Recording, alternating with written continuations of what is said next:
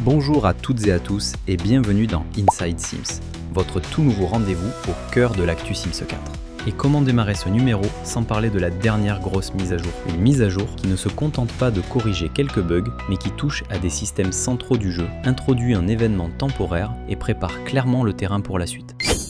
Commençons par le cœur de cette mise à jour. Le premier gros chantier concerne la famille et la manière dont le jeu gère les relations entre les Sims. EA a apporté une refonte importante à l'arbre généalogique. Désormais, de nombreux liens familiaux sont mieux identifiés et mieux affichés. Demi-frères, demi-sœurs, beaux-parents, belle famille, relations entre générations, bref, tout est plus lisible, plus clair et surtout plus cohérent. Certaines relations ont même été renommées pour éviter les ambiguïtés et des incohérences historiques ont été corrigées.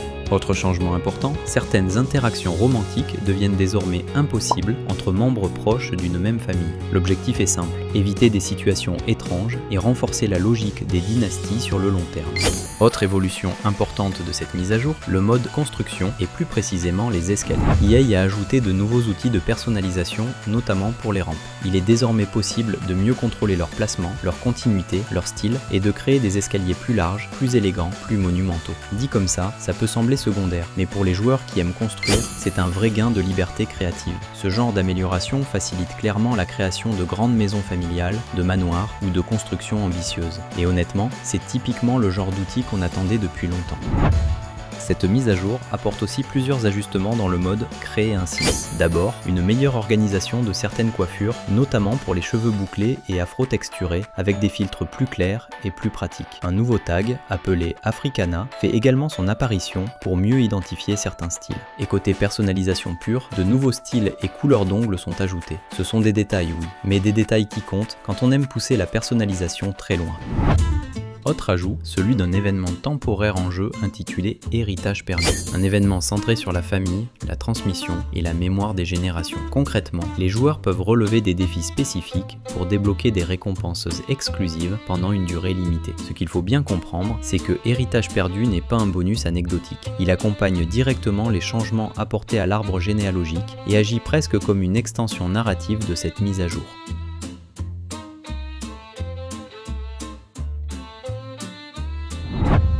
Comme toute mise à jour de cette ampleur, celle-ci apporte également de nombreux correctifs techniques. EA mentionne des corrections liées à l'interface du Créer un Sims et à certaines interactions qui pouvaient poser problème. Et petit point important pour celles et ceux qui jouent avec des mods, cette mise à jour modifie certaines structures internes du jeu. Résultat, certains mods peuvent être temporairement incompatibles. Pensez donc à faire vos sauvegardes et à vérifier les mises à jour proposées par les créateurs.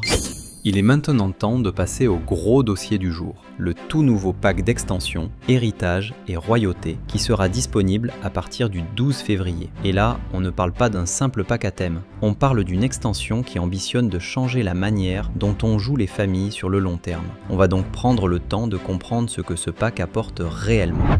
Héritage et Royauté est un pack centré sur trois notions très fortes, la noblesse, les dynasties et l'héritage. L'objectif affiché par EA, c'est d'introduire de nouvelles mécaniques de jeu liées au pouvoir, au statut social et à la transmission entre générations. Autrement dit, ce pack s'adresse particulièrement aux joueurs qui aiment raconter des histoires, jouer sur plusieurs générations et donner une vraie continuité à leur famille.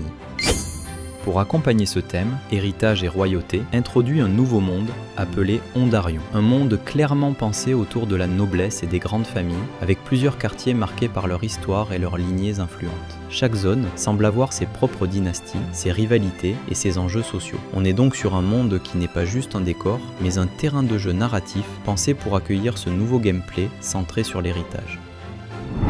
Le cœur d'Héritage et Royauté, ce sont les dynasties. À partir de l'âge adulte, un sim peut désormais fonder une dynastie et en devenir le chef. Ce chef de dynastie va définir des valeurs, des règles internes et des objectifs à respecter par les membres de la famille. En respectant ces valeurs, la dynastie gagne en prestige, et ce prestige permet de débloquer des avantages progressifs, traits héritables, bonus sociaux ou encore reconnaissance accrue. On n'est donc pas sur un simple système décoratif. Le comportement de chaque sim a désormais un impact direct sur la réputation et la puissance de toute la famille. Autre mécanique intéressante, tous les membres d'une dynastie ne sont pas égaux. Certains peuvent être désignés comme héritiers, tandis que d'autres deviennent des exclus. Les héritiers renforcent la dynastie, les exclus, eux, peuvent la fragiliser. Ce système introduit naturellement des tensions internes, des choix difficiles et des histoires familiales beaucoup plus complexes. Clairement, on est sur un pack qui assume le conflit, les décisions lourdes de conséquences et les trajectoires très différentes au sein d'une même famille. Héritage et royauté introduit aussi une nouvelle forme de progression, la noblesse active. Les Sims nobles ne se contentent pas d'un titre, ils peuvent tenir la cour, gérer des décrets, recevoir des requêtes, accorder des faveurs ou imposer leur autorité. C'est une approche très différente d'une carrière classique. Le Sim a un rôle social permanent avec des responsabilités visibles et des conséquences concrètes sur son environnement.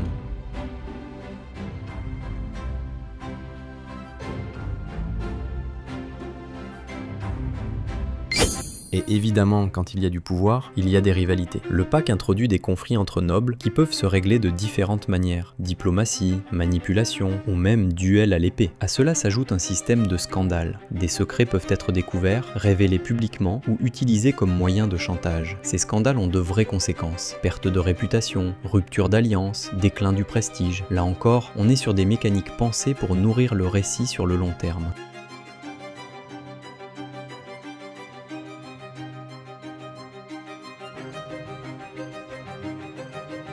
Au final, héritage et royauté ne se contentent pas simplement d'ajouter du contenu, mais ils donnent du poids aux choix familiaux, renforcent la notion d'héritage et transforment la famille en véritable entité sociale. C'est un pack qui parle surtout à celles et ceux qui aiment raconter des histoires, jouer sur plusieurs générations et voir leurs décisions avoir un impact durable. Clairement, c'est une extension qui pourrait profondément modifier la manière de jouer aux Sims 4 sur le long terme. Je vous rappelle que ce pack sera disponible à partir du 12 février et côté prix, comme pour la plupart des packs d'extension héritage et royauté, sera vendu autour de 39,99 € au lancement. Et si vous souhaitez profiter du grand bundle avec quelques kits inclus, l'offre est souvent proposée pour le même prix que le pack seul pour toute commande effectuée avant le 15 mars. Et avant de conclure ce dossier, un mot sur un contenu bonus gratuit que vous obtiendrez avec les Sims 4 Héritage et Royauté. EA propose ce qu'ils appellent la collection majestueuse avec le contenu numérique Trésors Royaux et 2 nouveaux kits, Thé au soleil et Style classique du cinéma. Il s'agit d'un ensemble d'objets et d'éléments cosmétiques clairement pensés pour accompagner l'ambiance royale du pack. On y retrouve notamment des tenues élégantes, des objets décoratifs raffinés et tout ce qu'il faut pour renforcer le côté prestige, aussi bien dans créer un sim que dans le mode construction. Un petit bonus donc qui s'inscrit dans la continuité du pack et qui devrait clairement parler aux amateurs d'univers royaux et de belles mises en scène.